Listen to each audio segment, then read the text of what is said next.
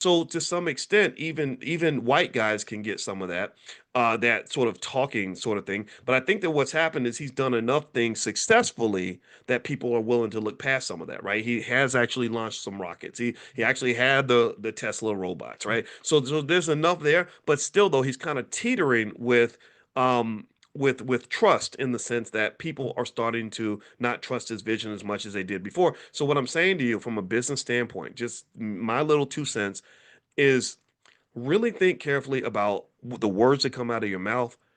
Think carefully about what you promise and make sure you can deliver it because behind the flash, there has to be substance. There's nothing wrong with flash.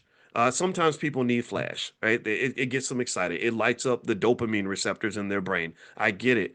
But after the flash, there has to be some substance. And I see so many times where people will have all flash and there's literally nothing there because they literally believe that if I just simply learn how to say it in the right way, that's just as valuable as me actually doing anything.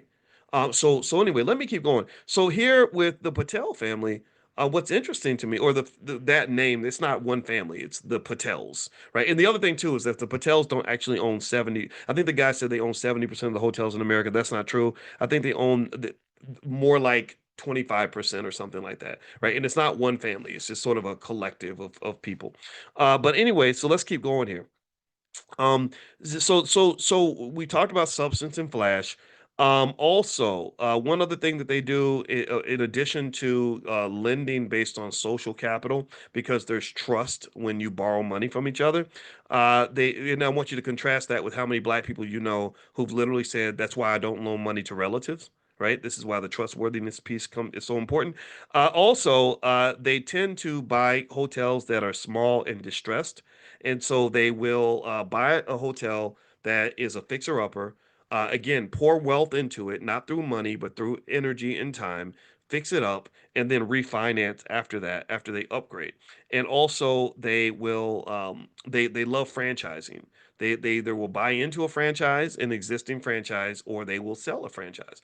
And franchising is a great pathway to economic independence. In fact, I don't know if you guys know this, but in the Black Business School, there's an excellent franchising course taught by attorney Tanya Nebo, and the material's still there. If you go to blackmoney104.com, blackmoney104.com, you can feel free to take a look at it. Maybe that's something your family can look into as a path to building wealth. Use the code word morning40, morning40, all one word. It'll take 40% off. So feel free to go and use the code morning40, blackmoney104.com.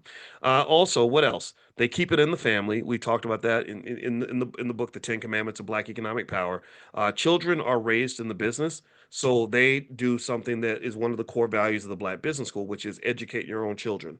And in fact, if you educate your children the right way, using life as a university, then you get to the point where they don't even need to go to school. Honestly, I really think that could be, a reality for a lot of people. I'm not saying do that, but I am saying that is true. So ultimately, raising your kids in the business, what that does is that forms a tether, a connection to the business for the child when they are young. And so you don't have to talk them into it when they get older, because it's hard to talk a teenager into working for the family business when you've never ever actually invested time in bringing that child in around the business. Okay. So what else? So by keeping it in the family, the wealth stays concentrated. That's how they pass things down, businesses down to children. A lot of black businesses are being given away or dying because there is no successor.